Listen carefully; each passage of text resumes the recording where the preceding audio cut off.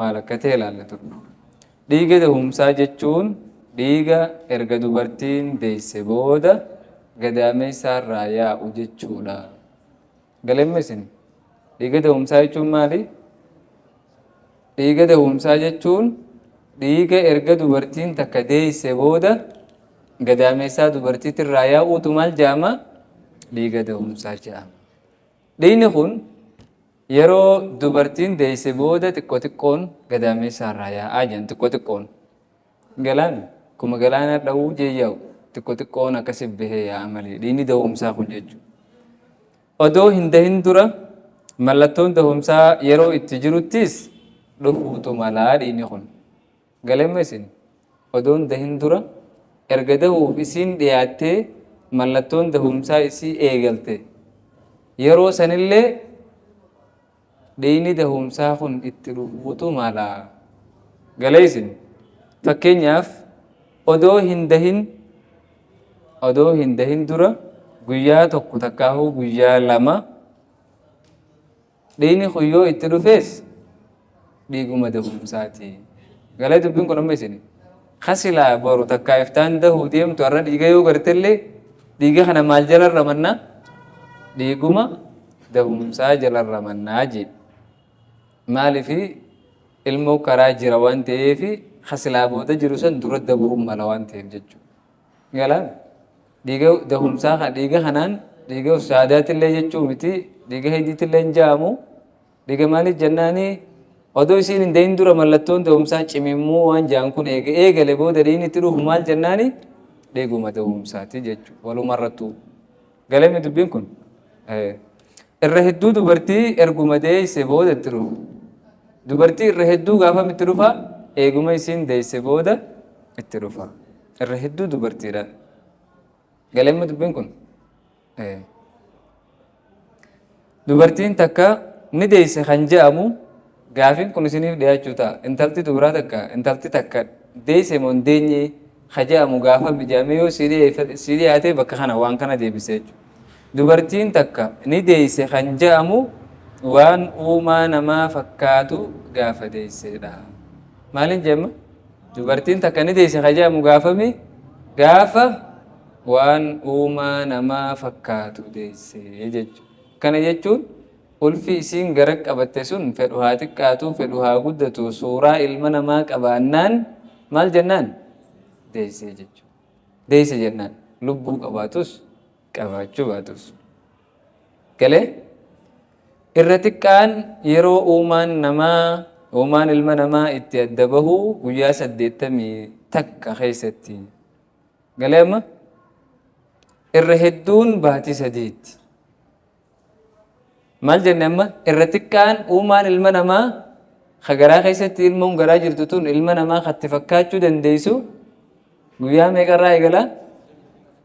Guyyaa dura garatti uumamterraa kaasee hanga guyyaa 81 yoo garaa keessa turte uumaa ilma namaa fakkaachuu dandeessi jechuudha. Irra hedduun ammoo kan itti uumaan ilma namaa itti adda bahuu danda'u guyyaa baatii meeqatti? Baatii 3tti jechuudha. Guyyaa 90 baatii 3. Guyyaa 90tti jechuudha. Ati baatii guyyaa 81 irraa kaasee oloo gana ulfi takka hangas garaa keessa ture jechuun uumaan ilma namaa hangasitti adda bahuu danda'a.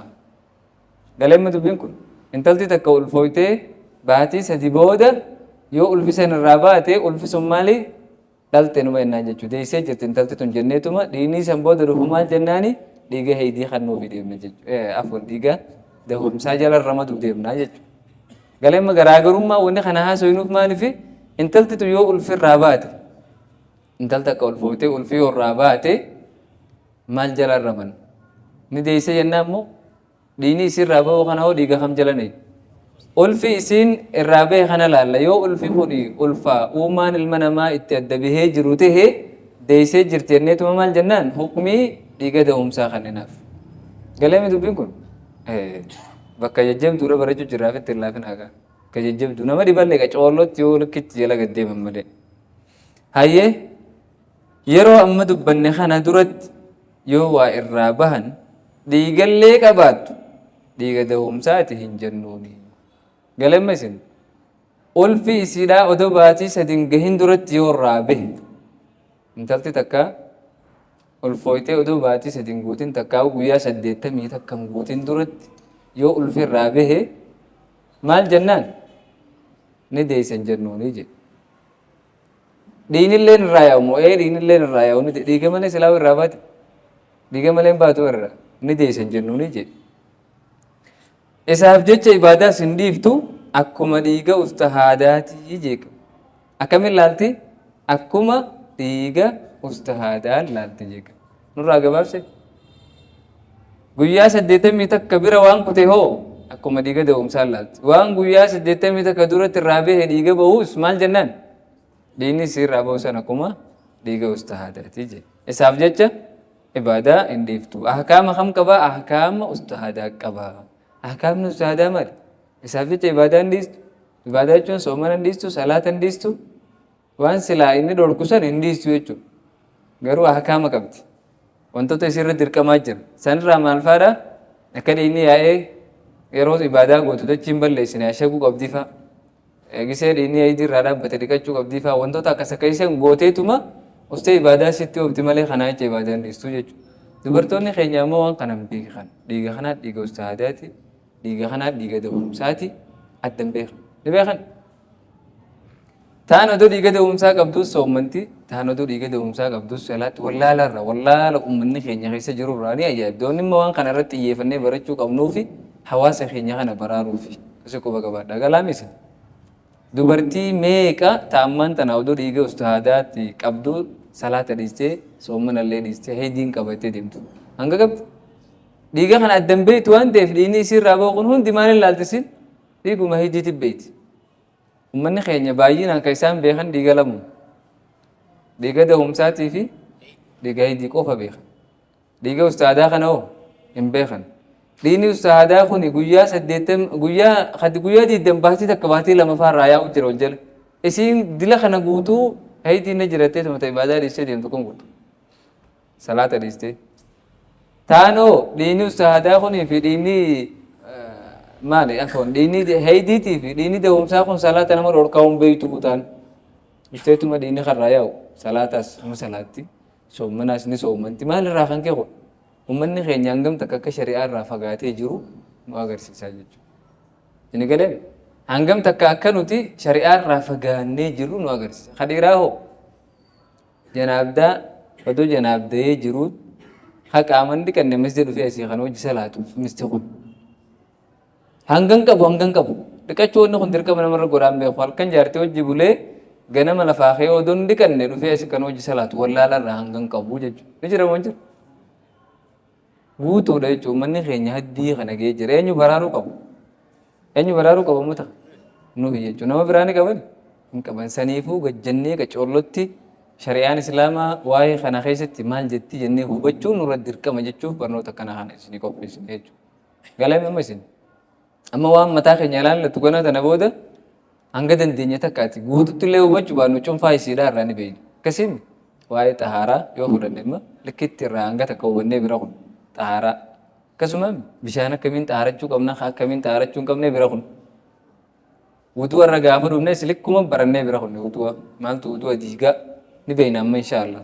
Akkasiin moo wutuu diiguun beeynu ni beeyna. Bishaan akkamiin akka waddaatan illee ni beeyna. Weelkaa akkam keessa akka waddaatan illee ni beeyna. Bira kuti tayammuma illee akkasuma barannee bira kunne alhamdulillah. Barannee mire?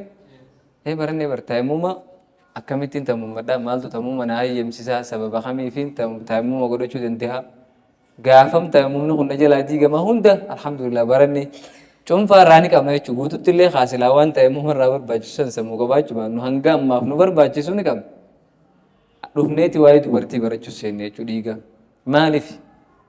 Wanni barannuuf wanni kun xaharaa wajji walirraa, salaataa wajji walirraa, soomanaa wajji walirraa, hajjii wajji walirraa kana yoom beeyne ibaadaa godhuun hin danda'amu haa dubartii. Dandeessi. Dhiiga heddii yoo fudhanne immoo wantoota dubartii heddii qabdu irratti haraamii talaqqoo hin eessan dubartoonni keenya dalagu jiran. Yoomma hajjii reetee hajjii keessatti dhiinni da'umsaa kun dhiinni heddiidhaatti dhufe dhiiga heddii teecha beektii hin xawaafanii beektu. Isteeshir jettiin kan inni irraa yaa'u jira. Wallaalaa mire kana hunda uummata keenya barsiisuun dirqama waan ta'eef akka itti rukkooyinaa jechuudha. Galeemi ayyee warra uummata fayyadu rabbi sinaa taasisu. galtanii barsiisuu qabdan hawaasa. Hayyee dhiiga da'umsaati wanni jedhamu guyyaa deessarraa eegalee hanga guyyaa 40 jidduudha.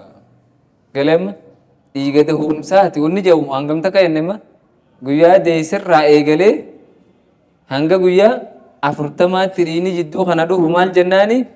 Dhiigni jidduu kana dhufu dhiiga da'umsaa jedhama. Guyyaa deessarraa eegalee hanga guyyaa 40tti. Akkana jechuun jidduun dhaabbachuun mala dhiigni kun yaa'uun mala garuu nuti jidduu kanatti intalti dhiiga agarte. Guyyaa deessarraa kaasee hanga guyyaa 40 dhiiga jidduu kana dhufe hunda maal jennaani? Dhiiguma da'umsaa firraa jennaan karaa gabaabachuu. Wayinu dhibaa makatti yoo dhiigni irraa dhaabbate hoo dirqama qaama dhiqattee salaatu qabdi. Yoo soommanuullee dandeenye qadaa kafaltee furtee furuun isiif ni eeyyamamaa. Salaata dhiisuun ammoo dhiigni irraa dhaabbannaan dirqama salaatu qabdi. Arra ganama amma fakkeenyaaf deessee dhiigni amma qatti yoo irraa jee ammumaan tana dhiqattee tolfattee salaatu qabdi. Yoo dhaabbachuu hin dandeenye hoo teessee salaatti. Yoo taa'uu hin dandeenye ciistee salaatti. Shari'aan Islaamaa laaftuudhaa miti. Garuutu salaata dhiisuun inuma hin eeyyamamu. Oduu dhiiga hin qabne jechuudha. Dubartoonni keenya kam jiran hin deenye hanga guyyaa 40 salaanni irra hin jiru beekan. Jahaluun warri operaashina godhate hoo. Warri operaashina godhate kunis dhiigni jalaa yoo deeme dhiigni yoo jalaan bahe dhiiguma da'umsaati. Galaan dhiigni kun barga amma ilmumaa asiin fuudhan malee dhiigni barra asiin hodhamaa dhiigni jalumaan ba'a. Malee dhiigni wayii asiin ba'a. Dhiigni kuni garaa bakka dhoosan kanaan hin bahu bakka operaashina godhan kanaan hin bahu. Bakkuma silaa duraan bahuun ba'a malee dhiiguma da'umsaati. Kuma waan deesseetti ilaalama jechuudha. Malee hukumii biraan qabu. Saniifuu operaashinaan deessuus haruma kaaniin deessuus hanga guyyaa 40 dhiigni jidduu kana dhufu maal jennaan? Dhiiga da'umsaati. Isaaf jecha ibaadaa dhiisuu qabdi. Hanga dhiigni itti jiru salaatuu hin qabdu, soomanuu hin qabdu. Gaafa dhiigni irraa dhaabbate immoo qaama dhiqattee salaatuu qabdi. Soomanuun ammoo isiirra dirqamaa miti. Yoo soomante irraa qeebalama.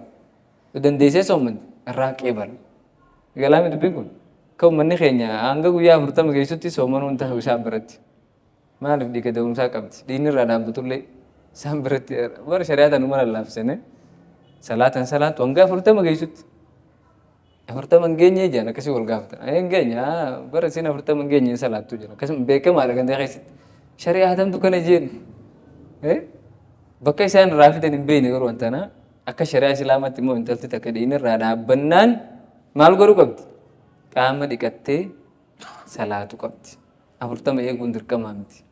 40 wanni jedhamu kun dhiigni yoo jiraate jechuudha laata.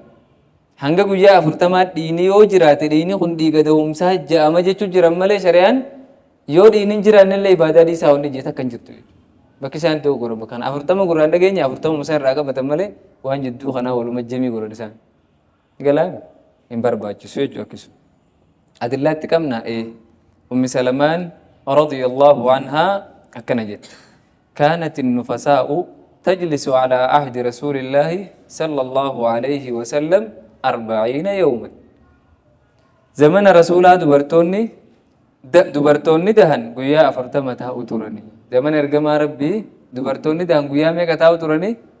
Guyyaa 40 taa'u turan. 40 taa'u turan jechuun dhiiga guyyaa 40 kana keessatti itti dhufu dhiiga da'umsaa lakkaa'u turanii jechuudha. Isaaf jecha ibaadaa ni dhiisan. Gaafa dhiigni irraa dhaabbate immoo ibaadaa isaanii ittuma oofan malee dhiisuun turre jechuudha. Galee hayyoonni Islaamaa waliigalteedhaan akkana jedhan guyyaa 40 duratti yoo dhiigni irraa dhaabbate dhiqattee ibaadaa godhuu qabdii jedhamu. Waliigalteedhaan khilaafa hin qabu.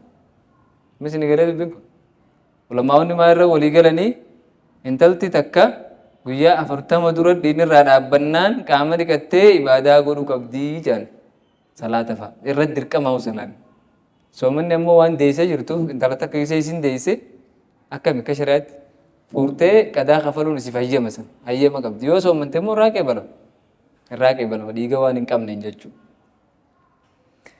Guyyaa 40 booda yoo irraa cituu baate dhiigni kun waan akka nam bisnee bara tartiibaa walii hidhee ofu jiru hundamee nama jala bu'aa ilaalaa isa. Guyyaa 40 booda yoo irraa dhaabbachuu baate yoo aadaa heydii isiitii wal qunname heydiidha. Eega deessee guyyaa 40 geesse booda dhiigni kun yoo dhaabbachuu baate dhiigni kun aadaa heydii isiitii wajjii yoo wal qunname maal jennaan heyduma bakkaatun 40 mataa irratti heydoote jechuudha. 40 mataa irratti heydii hin turte jennaan galeemi aadaa guyyaa isiisanii wajjii yoo wal gale heydii jennaan galeemi yoo aadaa isiitii wal qunnamuu baate hoo dhiiga ustahaadaati isaaf jecha ibaadaa hin dhiiftu akkasi firraa dalaalti jechuudha.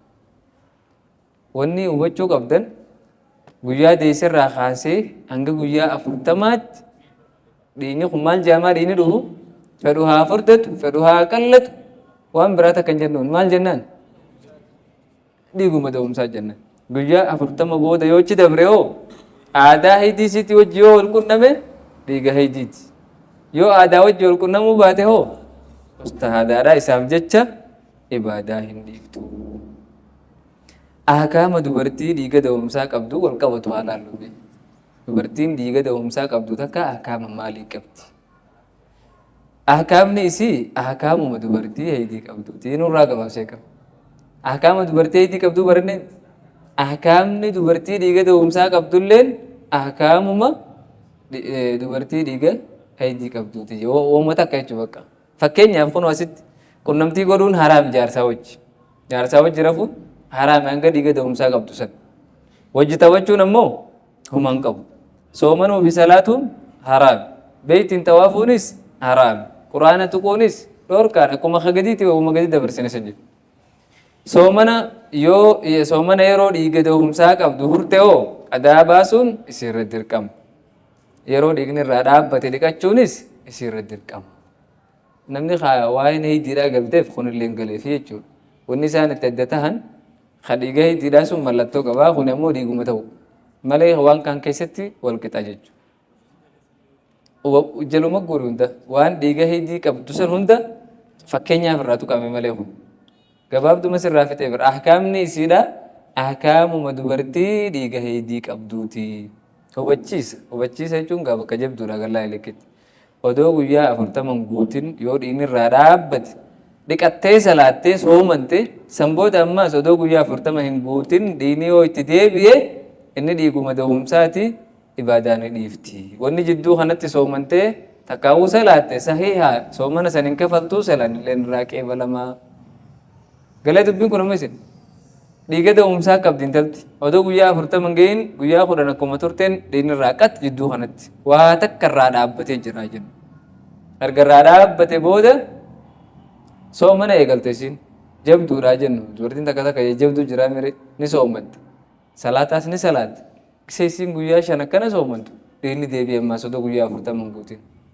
Dhiigni deebi'e kun maal jennaan? Guyyaa 40 hin geenye waan ta'eef dhiiguma da'umsaati. Maal gooti ibaadaa achumatti qaxqooti. Wanni jidduu kana soomante hoo irraa qeebalama. Salaanilleen irraa qeebalama. Guyyaa hanga soomante san kafal hin jennu jechuudha. 40 keessa jirta. Itti duraan maaltu 40 keessa soomane isin jeemi kafal hin jennu jechuudha.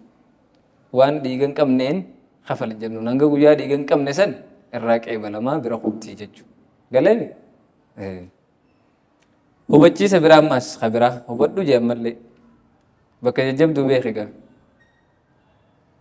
Sheekh Abdurrahmaan Sa'diin akkana jedhe dhiiga da'umsaa sababni isaa da'umsumaa. Dhiigni da'umsaa maalirraa ka'a? Da'umsumarraa ka'a jechuudha. Sababaa biraa takka irraa hin barbaadeessa. Dhiigni da'umsaa sababaan isaa maali? Da'umsa. Hayyee dhiigni ustahaadaa dhiiga dhukkubaaf jecha dhufu jee. Dhiigni ustahaadaa maaliif jecha dhufa? Dhiiga dhukkubaaf jecha dhufu. Sababni dhiiga ustahaadaa maal yoo siin jaan dhukkuba jettaan jechuudha. Galee amma kasadaffaa dhiigni heydiidhaa dhiiga asliiti karabbiin dubartii irratti uume. Galee ammas sababa jalaan eeggatin jechuudha. Rabbumaatuutu dubartoota hunda irratti uume isaan hundi ni qaban. Dubartiin dhiiga heydii hin qabne takka takkaa waan naadiru laa hukuma lahu jedhanii ahkaama hin qabdu takka takkaan isaa. Shari'aan Islaamaa ahkaama akka walii galatti taasifti malee takka takkaa jidduun argamtu kana ahkaama hin kennitu jechuudha. Saniifuu inni ulamaa'onni gariin isiitu ofirratti hin beekne malee dubartiin dhiiga heydii hin qabne jirtu jedhan isaan. Ati ni jirti fakkeenyaaf takka takkaa yoo jiraattillee ahkaama hin kenninuuf takka takka waan naadiru laa hukuma lahu jennee ofirraa bira hunde. Galee hayyee hukmii akka haydiin hin yaaneef kiniina liqimsuudha. Haydiin akka hin yaaneef kiniina liqimsuun ni taha moo hin tahu akka shari'aatti. Gartee amma dubbii kana. Fakkeenyaaf isin hin beektan malee dubartoonni hedduutti rakkatan waan kana. Isin warri dhiiraa alhamdulillah ta'anii saniif raatanii cinqii uummanni itti jiru wallaahi. Odoo takka isin gadhiisee agartanii wallaahi bakka kannitaniif uummata kanaaf jechuun uummata dubartiitiif. Garuutu rabbiin kuni aliimi beektaa dhiiga hiddii kana isaanii godheetuma dandeessise. Waa takka ittiin fakkaatu. Akkuma dhiiraa deemtee ooyiruu akaafuu dhagaa cabsuu laaffiseef kanatti isaanillee ilmoo gara fudhatanii dahanii guddisuu dhiiga kana hunda baachuu rabbiin laaffiseef. Amma warra dhiiraati rabbiin kun ajaa'iba qaba. Odoo mana kana keessatti ol deebi'i ilmaan guddisi jedhaniini nama tokko tokkooti ilmoo mana keessatti guddisuu danda'a malee kaan guyyaa kaan ni darbaa'u.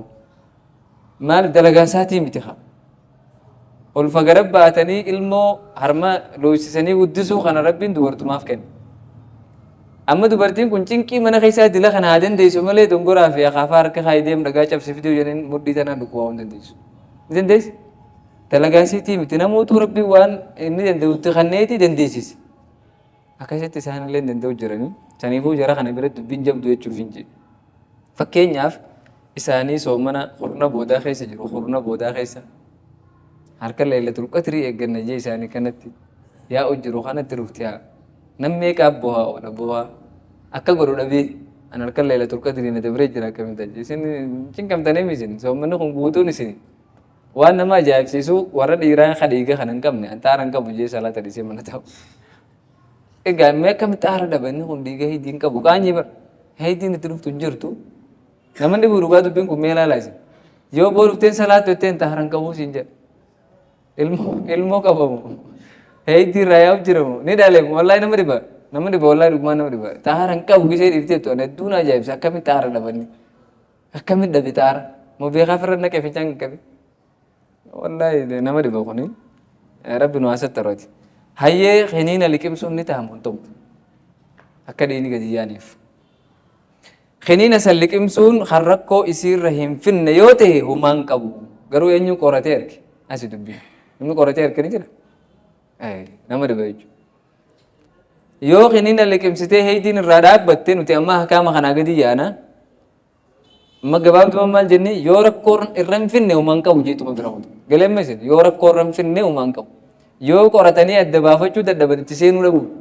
Inni kun rakkoon fide moonfituu yoo adda bahuu baate itti seenuu dhabuudha ammas hin ta'u itti seenuun waan rakkoo fiduun adda hin bahin itti seenuun hin ta'u. Yoo qoratamee wanni kun rakkoo hin fiduun beekamee humaan qabu. Galee dubbiin kun qoratamee rakkoo takka hin fiduu yoo beekamee humaan qabu. Rakkoon fidaa yoo beekamee hoo haalaan hin ta'u. Yoo hin beekamin hoo dhiisuudha. Waan hin beekamin takka seenuun rakkoo fiduun mala waan ta'eef dhiisuudha. Amman tan isaan hin beekan waan ta'eef irraa dhiisuu qabu. Yoommoo qoratamee wanni kun irra gahamee jiraate homaan qabu. Yoo liqimsitee hoo kiniin kana liqimsitee hidiin irraa dhaabbate an yeroo hidii kiyyaasan keessaan jirattee odoo dhiinii haa'utti hin jirre taa'uun hin ta'u ni salaatti. Maal godhuu qabdi? Ni salaatti ni soommantiis. Galaame salaanni beeytiin illee ni tawaafte ammas. Kun hundi akkuma dubartii tahaara qabduutti ilaalamaa fi ni tahaa fi jechuudha. Galeemma akkuma dubartii dhiiga taharaa dhiiga hidii hin qabne takkaa'u dhiiga dahumsaa hin qabne laallee fi maal gooti bakka hojjeetuma salaataa asitti ooftii halkan Laylatul Qadrii hasilaa na dabaratee iyyaa fi turte sanillee haa dhaabbattu jechuu yoo shakkite halkan kana tahaa.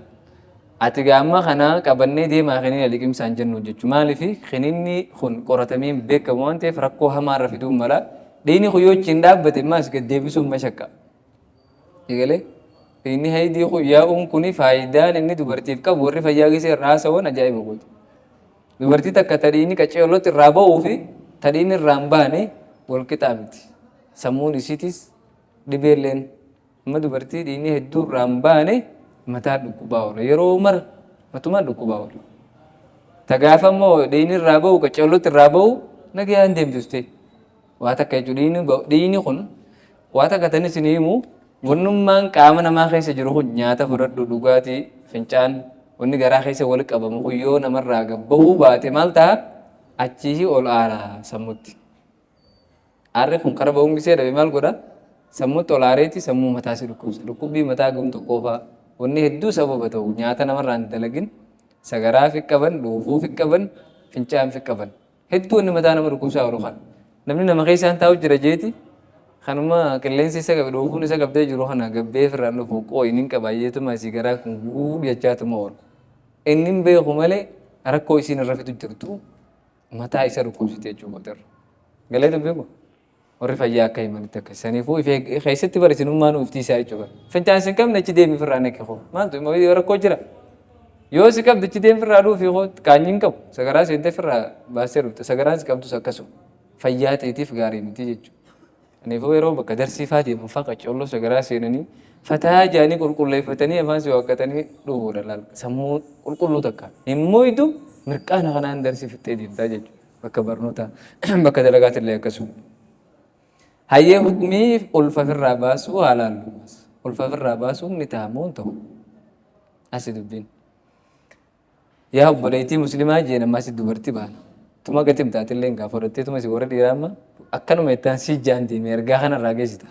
Yaa obboleettii muslimaa jeen ati waan rabbiin gadaamee isaa keessatti uumerretti amanamtuudha beekii. Maal jeen?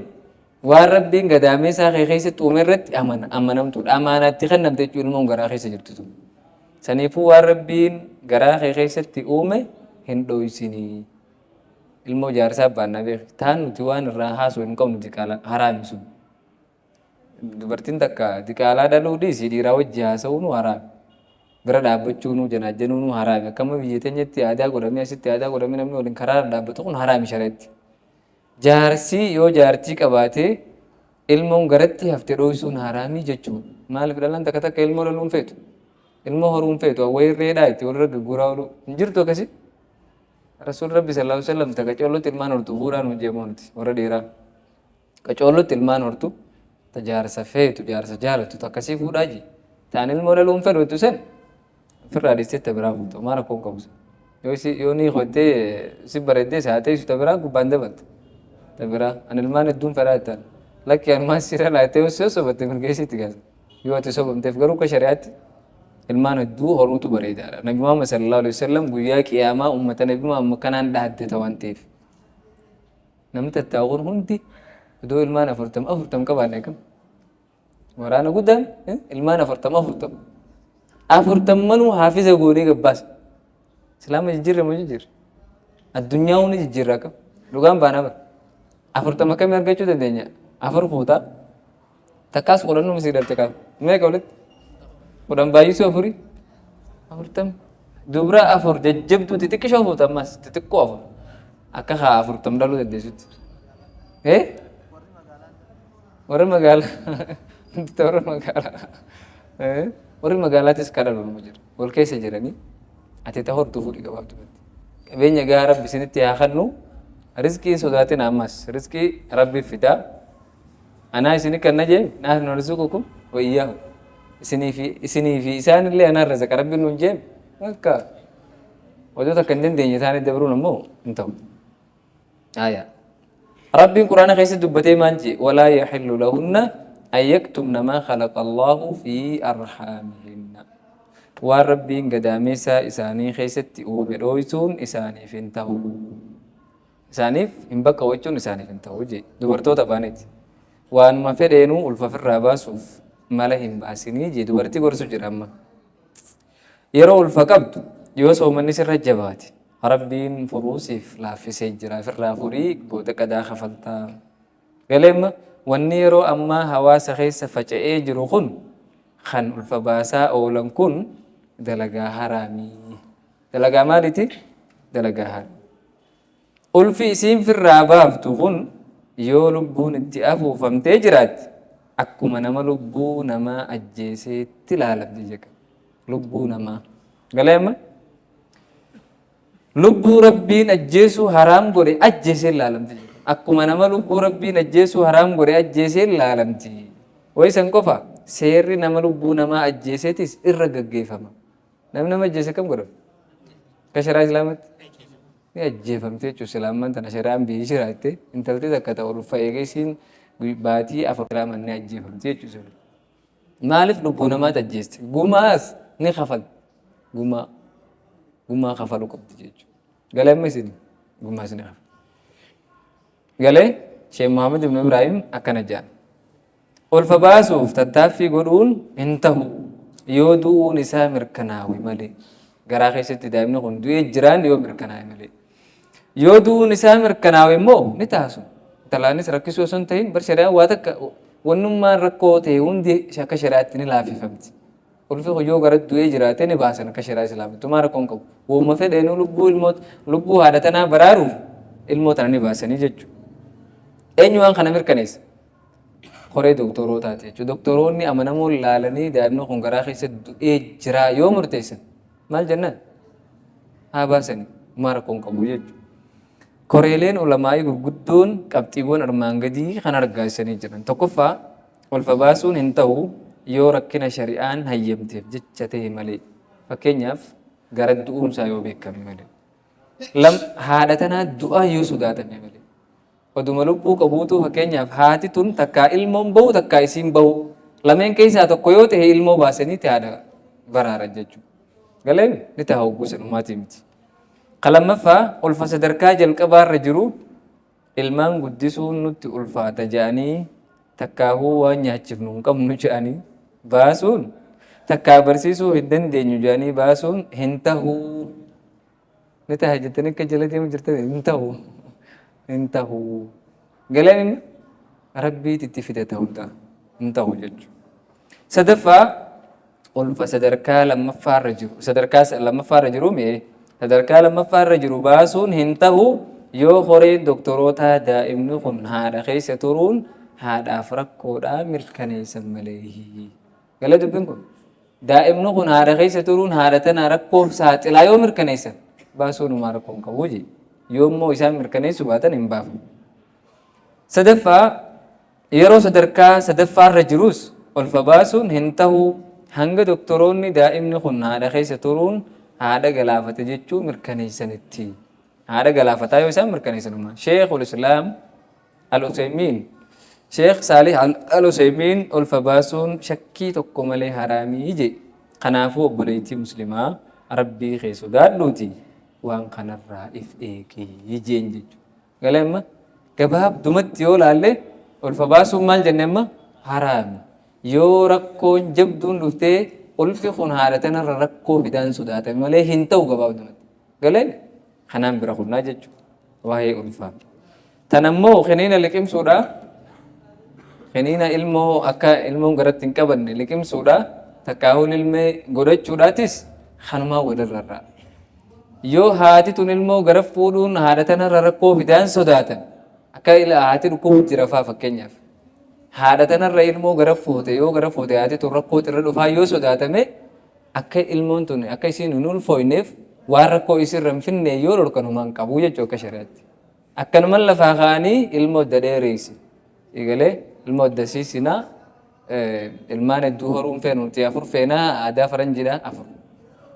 Warri ilmaan horuu dhiisisan ammaan tana biyyi isaanii dargaggoon jalaa dhabamtee manguddoo malee namni dhumeet biyya biraatirraa nama kuma dhibbaa hangana barbaanna amatan nama miliyoona hangana barbaanna jedhanii akka gurrachaa jiran. Biyya garii amma firraa dubartii afur akka fuudhan hayyamu jiran dirqamaan tola osoo hin ta'in fuudhu qabdanii warri dhiiraa maaliif dargaggoo humni dargaggoo dhumte jedhani. Duraan akkam ta'anii nuti hin dhallu jedhaniiti deema re'ee barbaaduu dhootti jennalaan tashii dhabtu anaa miti. Jeegalee odoo akkas ta'an duraan mootummaatu waan kana godhe qusannaa maatii jedhaniiti dubartoota baadiyyaa keessa facaasan. Magaalaa hunda keessa facaasan. Maal jenna eksteeshinii maal jettaniin balaa uummanni sun oomishu jiru ajaa'iba goota waan uummanni keenya hin beekne barsiisanii qusannaa maatii jedhanii. Gaaf tokko qusannaa maatii deemaa godhaa jedhanii eksteeshinii tana facaasan baadiyyaa keessa. Ifi ilmoo gara qabachaati dhalaan ilmoo malee jiraachuu hin teessi ni uumfeetu jiraachuu. Jaarsina hiikaani beeytiimi ganda keessa deemteeti fi ilmoo garaa qabdu ganda keessa deemtee kan min dhalle kiniin irraa turte beekta. Boodarra gaafa gabaasa galchan koottaamee jennee eksteeshinoota gisee walitti qaban hundi garaa qabdu. Garaan tutulluudha hundi. Daarektarri laaleeti mee koottaadha dhaabbadhaa jee gisee kadhaabu asirraa hangachii garaan dura jira hunda. Hayi gandana nuti gandaa ulfarraan ol kaannee isin argine ta'e isin gara yaataniin tun maali jee jenne.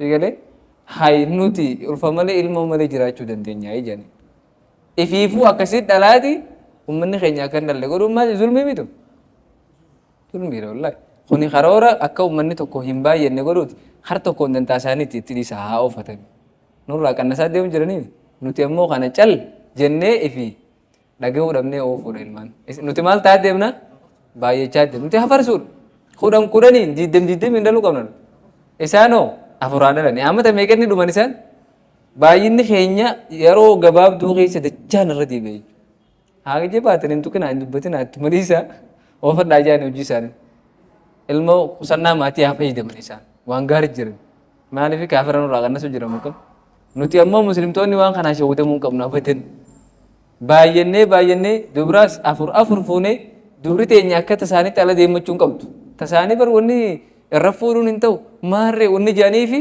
alaa laallatti deemte takka malee fuudhuun hin ta'u takkittuma san fuudhanii taanoo tajaarsa qabdi deemtee alaa waan barbaadde laaqattee deemti teenya akkas hin eeyyamna dhan hin eeyyamu tokkichi jiru kun afur mana qabee sababa isaatiin dubartiin afur haraamirraa teeffamuu qabdi haraamirraa afur jechuudha warra akkasii rabbi sinaa taasisu jeynoota rabbi sinaa taasisu dubartoonni keenya nama nagaati ummata dhiiraa kanaa badii guddaa qaba malee aangoo guutuu fuudhanii dubartii kennanitti mana keessa jaartiin jaarsaa jaarsi jaarti inqilaabu eegalee amma takka dubartiin komadhu dhiiruma tanaan komadha malee dhiiraa qushaasha ta'ee dubartiin jaarsa mootee mee fuudhisiin nama jaartii bira taa'ee inni fuudha jaa balaan buuteen haasa'u abuus nu dhageenii jaa bira taa'ee nageenya jaartii bira taa'ee inni fuudhamu dubbatu eenyu kana hunda ga'ee isaatiif godhu jechuudha. Saniifi ummata keenya kadhiiraa kanaa badii qaba malee dubartootaa miti itti gaafatamtuun mana keessaa jaartii taateet dubbiin nu harka baddee jechuudha. Saniifuu waan shari'aan jette hojiirra oolchuu dhabnaan seerri hundi bati.